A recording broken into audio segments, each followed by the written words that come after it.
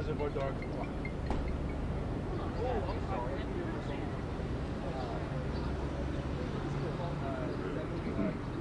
Sure.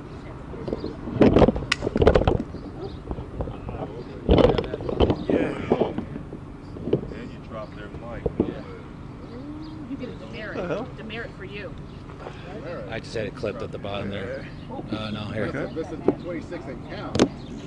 Arrest that man. Okay. She's like, please arrest him. Make him go home, please. I have my Great, thanks. They have those.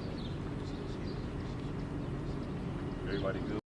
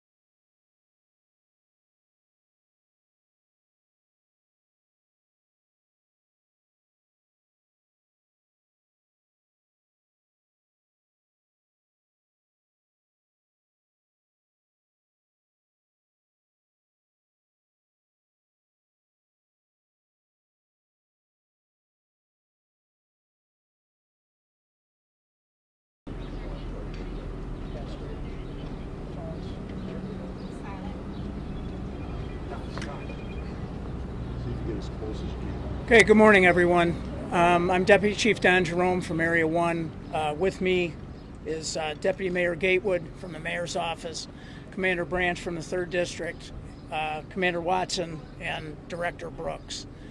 Also, victim services are on scene here for those involved, including the family and area residents. So unfortunately, on this holiday morning, we find ourselves at the scene of another tragedy. We're in the 7100 block of South Woodlawn, where about 6:15 a.m. this morning, officers responded and were alerted to shots fired. They arrived, they found multiple people shot. Investigation reveals that includes a 42-year-old female, a 22-year-old female, 3 tender-age children, which range from ages 5, 7, and 8. Officers immediately rendered first aid, which included tourniquets, pressure bandages, and CPR. Investigation reveals that 2 vehicles pulled up into the area, multiple subjects exited those vehicles and fired at this residence. Multiple shell casings were recovered from both a rifle and a handgun at the scene. That investigation is ongoing. Area 1 detectives are on the scene and working with the officers here. It appears that this started from some type of personal dispute, but all this information is very preliminary at this time. Anybody that has any information can contact the 3rd District, or they can contact Area 1 detectives. Any questions? Now, neighbors were saying that they saw some of these suspects actually in ski masks on the front porch, like knocking on the door. Is that what officially has been said now? Not officially. The investigation is ongoing, but that coincides with multiple subjects approaching the house. What is this a, what type of dispute does this stem from, and when did that dispute happen? That's under investigation too. We know it's personal. We don't know what it's about. We don't know if it happened just today or if it's ongoing. Deputy Chief, do you have a description of those two vehicles, the suspect vehicles? We do, but I'm not quite ready to put that out yet, and the investigation's ongoing. We're working on plates and using video surveillance to try to identify these vehicles. Now, of the 5 people that you mentioned, the 2 adults and the 3 tender-age children, are any of them deceased? Are they included in the To be clear, there's a 42-year-old female that's deceased, a 22-year-old female that's deceased, and the 3 tender-age children, 5, 7, and 8, are all in critical condition at Comers Hospital. What is the relationship, please? What's the relationship with the folks? Unsure of the relationship at this time. Can you give the genders of the children? The 3 children are all male. So there's 2 deceased at this point. That's correct. Were the 42-year-old or the 22-year-old, who was the intended target since this is personal? It absolutely preliminary. I can't speculate. Were all of the victims inside the home when they were shot? All of the victims appear to have been inside when they were shot.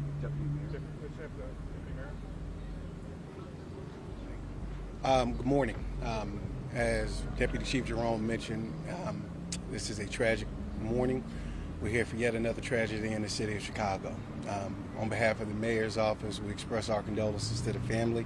We appreciate the victim supports that will be offered not only to their family and the survivors, but to everybody on this block and in this area. This senseless violence has to stop, and if anybody has any information, please do not hesitate to reach out to the Chicago Police Department and their tip line, because it's important that not only do we hold these folks accountable, but we help this community heal. We have the Alderman of the 5th Ward here, Desmond Yancey. If you want to come up and say something, Alderman. Oh, I was going to ask you a question, Deputy Mayor. Okay. Have a moment. I didn't want to disrupt you. Go ahead.